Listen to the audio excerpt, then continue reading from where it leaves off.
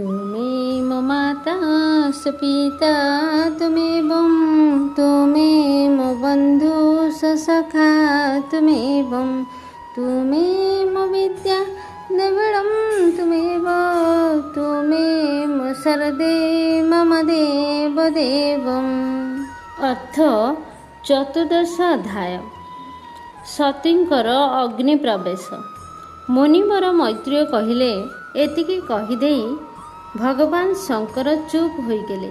से देखिले सती को छाड़ीदेले अथवा न छाड़िले उभय अवस्था सतींकर प्राण त्यागर संभावना रही। एपटे सती मध्य बंधु बांधवों को देखा जीवा इच्छारे केतेबेले बाहरକୁ चली जाई थांती तो केतेबेले स्वामी रुष्ट होई न जातु बोली भितरु फेरी आसुथांती। एहीपरि भावरे से कौन करिवे किछि स्थिर करि न पारि द्विधारे पड़ीगले। तांको मन अस्थिर होई उठिला।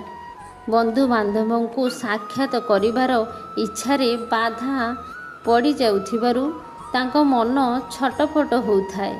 स्वजनकर स्नेह मने पकाई ताहांकर हृदय उद्वेलित होईगला। तेणु से आखिरु लुह झराई व्याकुल होई कांदिबाकु लागिले। ताहांको शरीर थर थर होई कंपिला एवं से अप्रतिम पुरुष भगवान शिव को एहीपरि रोष कषायत नयन रे चाहिले जे मने हेला से तांको भस्म करिदेबे कि। शोक एवं क्रोध तांकर चित्त को संपूर्ण अशांत करदेला एवं स्त्री स्वभाव हेतु तांकर बुद्धि विमूढ़ होईगला।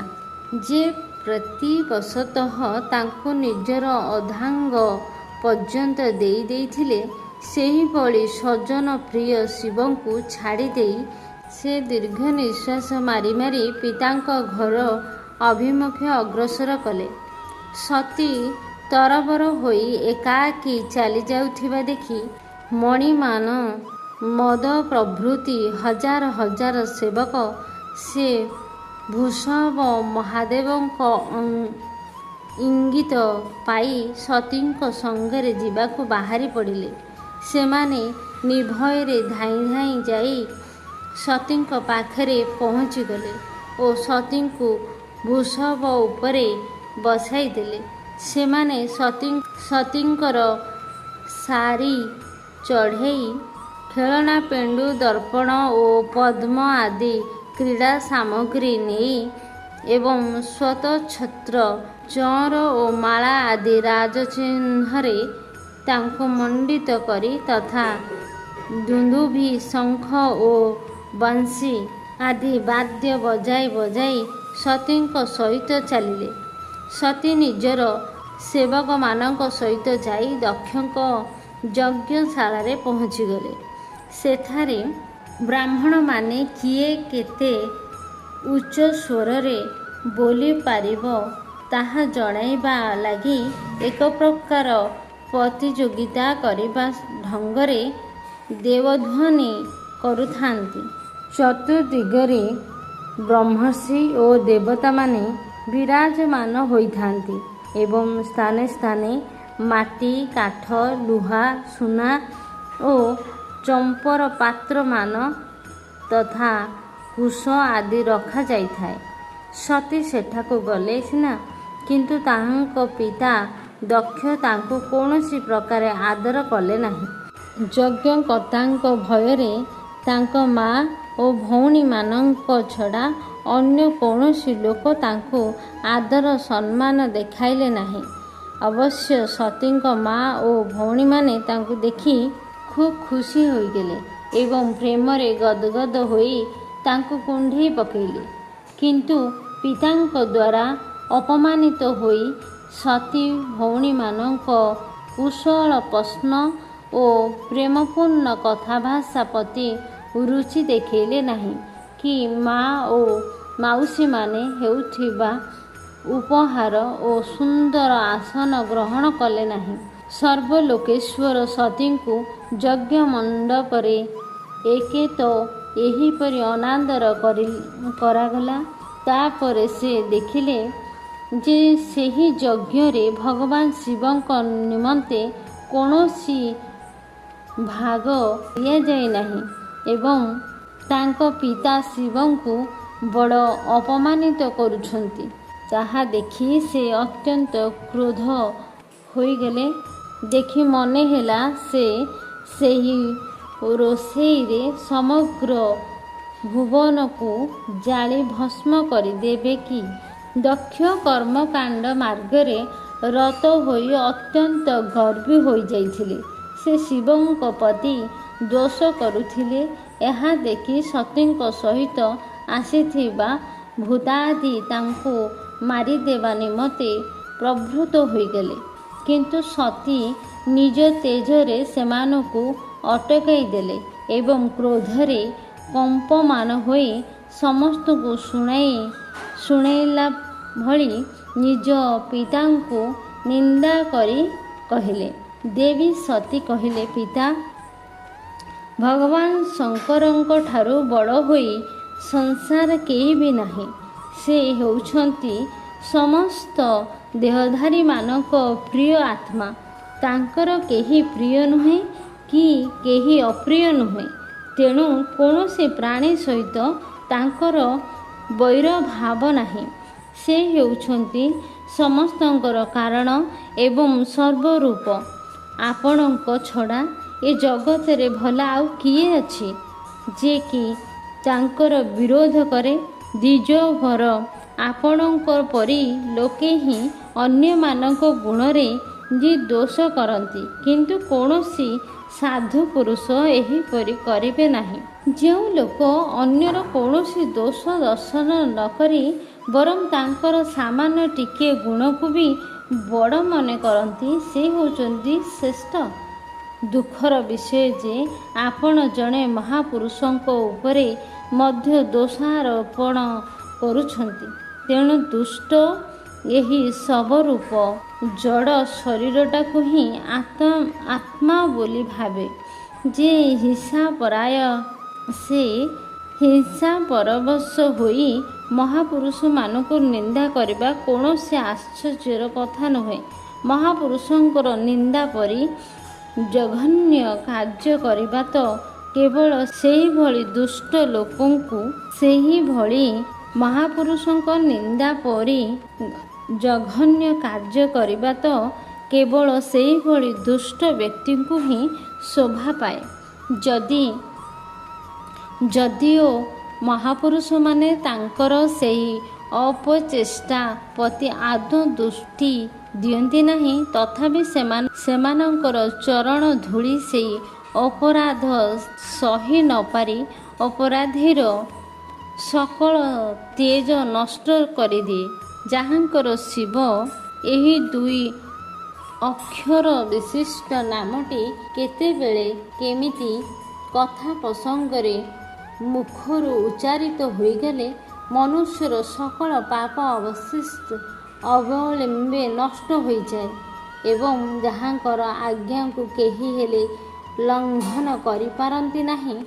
ହାୟ, ଆପଣ ସେଇ ପବିତ୍ର କୀର୍ତ୍ତି ମଙ୍ଗଳମୟ ଭଗବାନ ଶିବଙ୍କ ପ୍ରତି ଦୋଷ କରନ୍ତି। ତେଣୁ ଆପଣ ହେଉଛନ୍ତି ନିଶ୍ଚିତ ରୂପରେ ଅମଙ୍ଗଳ ସ୍ୱରୂପ। ହାୟ ହାୟ, ମହାପୁରୁଷମାନଙ୍କର ମନଭ୍ରମର ବ୍ରହ୍ମାନନ୍ଦମୟ ରସ ପାନ କରିବା ଇଚ୍ଛାରେ ଯାହାଙ୍କର ଚରଣ କମଳକୁ ନିରନ୍ତର ସେବନ କରୁଛି ଏବଂ ଯାହାଙ୍କର ଚରଣାରବିନ୍ଦ ସକାମ ମନୁଷ୍ୟମାନଙ୍କୁ ସେମାନଙ୍କର ଅଭିଷିଷ୍ଟ ଭୋଗ ବି ପ୍ରଦାନ କରେ, ଆପଣ ସେଇ ବିଶ୍ୱବନ୍ଧୁ ଭଗବାନ ଶିବଙ୍କ ସଙ୍ଗେ ଶତ୍ରୁତା କରୁଛନ୍ତି। ସେ କେବଳ ନାମକୁ ମାତ୍ର ଶିବ, ତାଙ୍କର ବେଶଟା କିନ୍ତୁ ଅଶିବ ବା ଅମଙ୍ଗଳମୟ। ଏହି କଥାଟି ସମ୍ଭବତଃ ଆପଣଙ୍କ ବ୍ୟତୀତ ଅନ୍ୟ କେହି ଦେବତା ଜାଣନ୍ତି ନାହିଁ।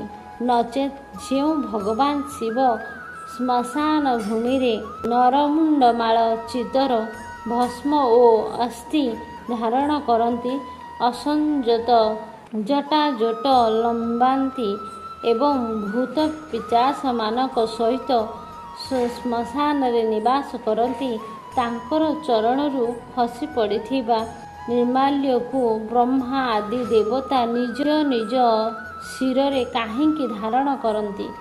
ଯଦି କୌଣସି ସେବକ ସମ୍ମୁଖରେ ଜଣେ ନିରଙ୍କୁଶ ଲୋକ ଧର୍ମ ମର୍ଯ୍ୟାଦା ରକ୍ଷା କରୁଥିବା ତା'ର ପୂଜନୀୟ ସ୍ୱାମୀଙ୍କର ନିନ୍ଦା କରୁଥାଏ, ତେବେ ସେହି ସେବକଠାରେ ତାକୁ ଦଣ୍ଡ ଦେବାର ଶକ୍ତି ନଥିଲେ ସେ ନିଜର କାନ ବନ୍ଦ କରିଦେଇ ସେଠାରୁ ପଳାଇଯିବା ଉଚିତ ଏବଂ ଯଦି ତାକୁ ଦଣ୍ଡ ଦେବାର ଶକ୍ତି ଥାଏ ତେବେ ସେ ସେହି ଲୋକକୁ ବଳପୂର୍ବକ ଧରି ତାହାର ବକ ବକ କରୁଥିବା ଅମଙ୍ଗଳ ତେବେ ସେ ସେହି ଲୋକକୁ ବଳପୂର୍ବକ ଧରି ତାହାର ବକ ବକ କରୁଥିବା ଅମଙ୍ଗଳକର ଦୁଷ୍ଟ ଜୀବଟାକୁ କାଟିଦେବା ଆବଶ୍ୟକ। ମହାପୁରୁଷମାନଙ୍କର ନିନ୍ଦାରଟତା ରୂପୀ ପାପୀକୁ ରୋକିବା ନିମନ୍ତେ ନିଜର ପ୍ରାଣ ଦେବାକୁ ପଡ଼ିଲେ ମଧ୍ୟ ପଶ୍ଚାତପଦ ହେବା ଉଚିତ ନୁହେଁ। ଏହା ହେଉଛି ଧର୍ମ। ଆପଣ ଭଗବାନ ନୀଳକଣ୍ଠକୁ ନିନ୍ଦା କରୁଛନ୍ତି, ତେଣୁ ଆପଣ ତାଙ୍କୁ ଜାତ ହୋଇଥିବା ମୋର ଏହି ଶରୀରଟାକୁ ବି ଆଉ ଧରି ରଖିବାକୁ ଚାହେଁନା। ଆପଣ ଭଗବାନ ନୀଳକଣ୍ଠକୁ ନିନ୍ଦା କରୁଛନ୍ତି, ତେଣୁ ଆପଣଙ୍କ ଠାରୁ ଜାତ ହୋଇଥିବା ମୋର ଏହି ଶରୀରଟାକୁ ମୁଁ ଆଉ ଧରି ରଖିବାକୁ ଚାହେଁନା। କୁହାଯାଉଛି ଯେ ଯଦି ଭୁଲ ବଶତଃ କୌଣସି ନିନ୍ଦିତ ବସ୍ତୁ ଖାଇ ଦିଆଯାଇଥାଏ, ତେବେ ଅବିଳମ୍ବେ ବାନ୍ତି କରି ତାହା ନିଜ ଭିତରୁ ବାହାର କରିଦେଲେ ହିଁ ମନୁଷ୍ୟର ଶରୀର ଶୁଦ୍ଧ ହୋଇଥାଏ। ଯେଉଁ ମହାମୁନି ନିରନ୍ତର ନିଜ ସ୍ୱରୂପରେ ହିଁ ରମଣ କରନ୍ତି, ତାହାଙ୍କର ବୁଦ୍ଧି ପୂର୍ଣ୍ଣତଃ ବେଦର ବିଧି ନିଷେଧମୟ ବାକ୍ୟମାନଙ୍କୁ ଅନୁସରଣ କରେ ନାହିଁ, କାରଣ ତାଙ୍କ ପ୍ରତି ବିଧି ନିଷେଧ ଲାଗୁ ହୁଏ ନାହିଁ। ଦେବତା ଓ ମନୁଷ୍ୟମାନଙ୍କ ଗତି ମଧ୍ୟରେ ଯେପରି ପ୍ରଭେଦ ଦେଖାଯାଏ, ଜ୍ଞାନୀ ଓ ଅଜ୍ଞାନୀଙ୍କର ସ୍ଥିତି ସେହିଭଳି ପରସ୍ପର ଠାରୁ ପୃଥକ। ତେଣୁ ମନୁଷ୍ୟ ପକ୍ଷରେ ଏହା କର୍ତ୍ତବ୍ୟ ଯେ ସେ ନିଜ ଧର୍ମ ମାର୍ଗରେ ଦୃଢ଼ ରହି ମଧ୍ୟ ଅନ୍ୟର ମାର୍ଗକୁ ନିନ୍ଦା ନ କରୁ। ସ୍ୱଧର୍ମେ ନିଷ୍ଠା ଯାଇଥିବ ସେ ପର ନିନ୍ଦା ନ କରିବ। ଯାଗ ଯଜ୍ଞାଦି ପ୍ରବୃତ୍ତି ରୂପୀ କର୍ମ ଏବଂ ସମଦମାଦି ନିବୃତ୍ତି ରୂପୀ କର୍ମ ଉଭୟ ପ୍ରକାର କର୍ମ ଠିକ୍। ଅନୁରାଗୀ ଓ ବୈରାଗୀ ବେଦରେ ଏସବୁ କର୍ମ ପୃଥକ ପୃଥକ ଅଧିକାରୀ ଅଛନ୍ତି ବୋଲି ବେଦରେ କୁହାଯାଇଛି। ଉକ୍ତ ଦୁଇ ପ୍ରକାର କର୍ମ ପରସ୍ପର ବିରୋଧୀ ହୋଇଥିବାରୁ କୌଣସି ଜଣେ ବ୍ୟକ୍ତି ଉଭୟ ପ୍ରକାର କର୍ମ ଏକ ସଙ୍ଗେ ଆଚରଣ କରିପାରିବେ ନାହିଁ। କିନ୍ତୁ ଭଗବାନ ଶଙ୍କର ତ ହେଉଛନ୍ତି ପରଂବ୍ରହ୍ମ ପରମାତ୍ମା, ତେଣୁ କର୍ମ କରିବା ଓ ନ କରିବା ଉଭୟ ତାଙ୍କ ପ୍ରତି ପ୍ରଯୁଜ୍ୟ ନୁହେଁ। ପିତା, ଆମେ ଯେଉଁ ମାର୍ଗରେ ଚାଲୁଛୁ ଆପଣ ସେଥିରେ ଚାଲିପାରିବେ ନାହିଁ। ଯଜ୍ଞଶାଳାରେ ଯଜ୍ଞାସନରେ ତୃପ୍ତ ହୋଇ ପ୍ରାଣପୋଷଣ କରୁଥିବା କର୍ମକାଣ୍ଡୀ ଲୋକେ ଆମର ସେହି ମାର୍ଗ ବା ଅବ୍ୟକ୍ତ ଐଶ୍ୱର୍ଯ୍ୟକୁ ପ୍ରଶଂସା ମଧ୍ୟ କରିବେ ନାହିଁ। ବାହ୍ୟ ଲକ୍ଷଣସିତ ବ୍ରହ୍ମାନନ୍ଦମଗ୍ନ ମହାପୁରୁଷ ହିଁ ସେହି ମାର୍ଗ ଅବଲମ୍ବନ କରନ୍ତି। ଆପଣ ମୋର ସ୍ୱାମୀ ଭୋଳାନାଥଙ୍କ ପ୍ରତି ଅପରାଧ କରିଛନ୍ତି, ତେଣୁ ଆପଣଙ୍କ ଠାରୁ ଉତ୍ପନ୍ନ ହୋଇଥିବା ଏହି ନିନ୍ଦନୀୟ ଦେହଟାକୁ ରଖିବା ବହୁତ ହୋଇଗଲା। ଆପଣଙ୍କ ପରି ଦୁର୍ଜନ ସହିତ ମୋର ରକ୍ତଗତ ସମ୍ପର୍କ ଥିବାରୁ ମୋତେ ଲଜ୍ଜା ଲାଗୁଛି ଯେ ମହାପୁରୁଷଙ୍କ ପ୍ରତି ଅପରାଧ କରନ୍ତୁ। ମହାପୁରୁଷମାନଙ୍କ ପ୍ରତି ଅପରାଧ କରନ୍ତି ତାଙ୍କଠାରୁ ମିଳିଥିବା ଜନ୍ମକୁ ଧିକ୍। ଆପଣଙ୍କ ସହିତ ଥିବା ମୋର ଏହି ସମ୍ପର୍କକୁ ଲକ୍ଷ୍ୟ କରି ଭଗବାନ ଶିବ ଯେତେବେଳେ ପରିହାସରେ ମୋତେ ଦାକ୍ଷାୟଣୀ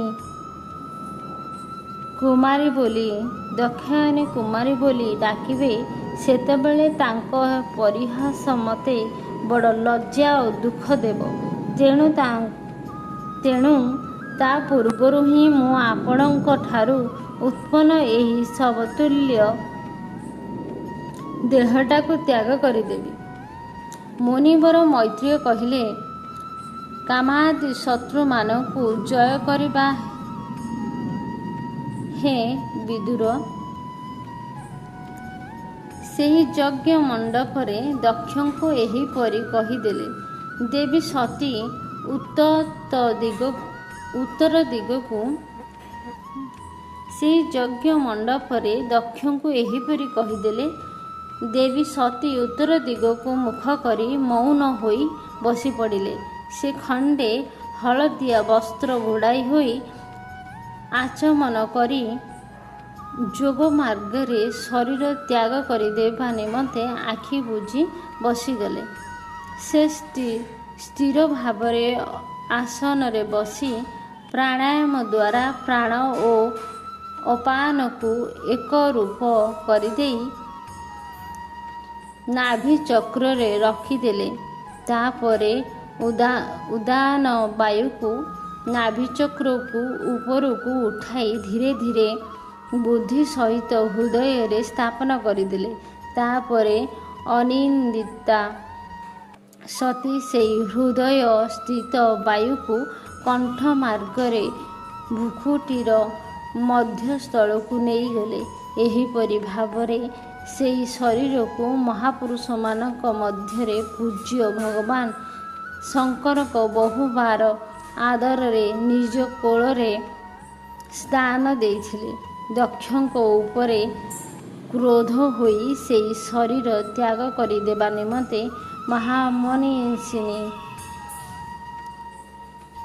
ମହାମନୀଷିଣୀ ସତୀ ନିଜର ସକଳ ଅଙ୍ଗରେ ବାୟୁ ଓ ଅଗ୍ନିର ଧାରଣ କଲେ। ଅନ୍ୟ ସମସ୍ତ ଚିନ୍ତନକୁ ପରିହାର କରି ସେ ନିଜର ପତି ଜଗଦ୍ଗୁରୁ ଭଗବାନ ମହେଶ୍ୱରଙ୍କର ଚରଣ କମଳ ମକରନ୍ଦକୁ ଚିନ୍ତନ କଲେ। ତାଙ୍କୁ ସେହି ଚରଣ ଯୁଗଳ ବ୍ୟତୀତ ଅନ୍ୟ କିଛି ଦେଖାଗଲା ନାହିଁ, ଯାହାଫଳରେ ସେ ସବୁ ଦୃଷ୍ଟିକୁ ସମ୍ପୂର୍ଣ୍ଣ ନିର୍ଦୋଷ ହୋଇଗଲେ। ଏପରିକି ମୁଁ ଦକ୍ଷ କନ୍ୟା ବୋଲି ରହିଥିବା ଅଭିମାନରୁ ମଧ୍ୟ ସେ ମୁକ୍ତ ହୋଇଗଲେ ଏବଂ ତାହାଙ୍କର ଶରୀର ଅବିଳମ୍ବେ ଯୋଗାଗ୍ନିରେ ଜଳିଗଲେ। ସେଠାକୁ ଆସିଥିବା ଦେବତା ପ୍ରଭୃତି ସତୀଙ୍କ ସେହି ଦେହତ୍ୟାଗ ରୂପୀ ଅତ୍ୟନ୍ତ ଆଶ୍ଚର୍ଯ୍ୟମୟ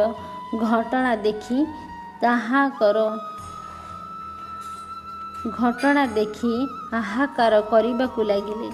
ସେହି ଭୟଙ୍କର କୋଳାହଳ ପୃଥିବୀ ଆକାଶ ସର୍ବତ୍ର ବ୍ୟାପିଗଲା। ସବୁଆଡ଼େ ଶୁଣାଗଲା ହାୟ ହାୟ ଦକ୍ଷଙ୍କର ଦୁର୍ବ୍ୟବହାରରେ କୁପିତା ହୋଇ ଦେବାଧିଦେବ ମହାଦେବଙ୍କର ପ୍ରିୟ ପତ୍ନୀ ସତୀ ଦେବୀ ପ୍ରାଣତ୍ୟାଗ କରିଦେଲେ। ଦେଖ ଚରାଚର ସକଳ ଜୀବ ତ ଏହି ଦକ୍ଷ ପ୍ରଜାପତିଙ୍କର ହିଁ ସନ୍ତାନ। ତଥାପି ସେ କେଡ଼େ ଦୁଷ୍ଟତା ନ କଲେ। ତାଙ୍କ ଝିଅ ଶୁଦ୍ଧ ହୃଦୟା ସତୀ ସର୍ବଦା ମାନ ସମ୍ମାନ ପାଇବାର ଯୋଗ୍ୟ ଥିଲେ, କିନ୍ତୁ ସେ ତାଙ୍କୁ ଏହିପରି ହତାଦାର କଲେ ଯେ ସତେ ପ୍ରାଣତ୍ୟାଗ କରିଦେଲେ। ସତରେ ଦକ୍ଷ ବଡ଼ ଅସହିଷ୍ଣୁ ବ୍ରହ୍ମଦ୍ରୋହୀ। ଏହା ଫଳରେ ସେ ବଡ଼ ଅପକୀର୍ତ୍ତି ଅର୍ଜନ କଲେ। ନିଜ କନ୍ୟା ସତୀ ତାଙ୍କ ହତାଦର ହେତୁ ପ୍ରାଣତ୍ୟାଗ କରିବାକୁ ବାହାରି ପଡ଼ିଲାବେଳେ ମଧ୍ୟ ସେହି ଶିବଦ୍ରୋହୀ ତାଙ୍କୁ ଟିକିଏ ଅଟକାଇଲେ ନାହିଁ। ସମସ୍ତେ ଏହିପରି କହୁଥାନ୍ତି। ଠିକ୍ ଏତିକିବେଳେ ସତୀଙ୍କର ଅଦ୍ଭୁତ ପ୍ରାଣତ୍ୟାଗ ଦେଖି ଶିବଙ୍କର ପ୍ରାସାଦମାନେ ଅସ୍ତ୍ରଶସ୍ତ୍ର ଧରି ଦକ୍ଷଙ୍କୁ ମାରିବାକୁ ଠିଆ ହୋଇପଡ଼ିଲେ। ସେମାନଙ୍କର ଆକ୍ରମଣର ବେଗ ଦେଖି ମହର୍ଷି ଭୃଗୁ ଯଜ୍ଞରେ ବିଘ୍ନ ଘଟାଇଥିବା ଲୋକଙ୍କୁ ନାଶ କରିଦେବାର ନିମନ୍ତେ ଅପହଂସ ରକ୍ଷ ଇତ୍ୟାଦି ମନ୍ତ୍ର ଉଚ୍ଚାରଣ କରି ଦକ୍ଷିଣାଗ୍ନିରେ ଆହୁତି ପ୍ରଦାନ କଲେ। ଅଶ୍ନୁ ଅଧୈର୍ଯ୍ୟ ଭୃଗୁ ଆହୁତି ଦେବାମାତ୍ରେ ଯଜ୍ଞକୁଣ୍ଡରୁ ନାମକ ହଜାର ହଜାର ତେଜସ୍ୱୀ ଦେବତା ପ୍ରକଟ ହୋଇଗଲେ। ସେମାନେ ନିଜର ତପସ୍ୟା ପ୍ରଭାବରେ ଚନ୍ଦ୍ରଲୋକ ପ୍ରାପ୍ତ କରିଥିଲେ।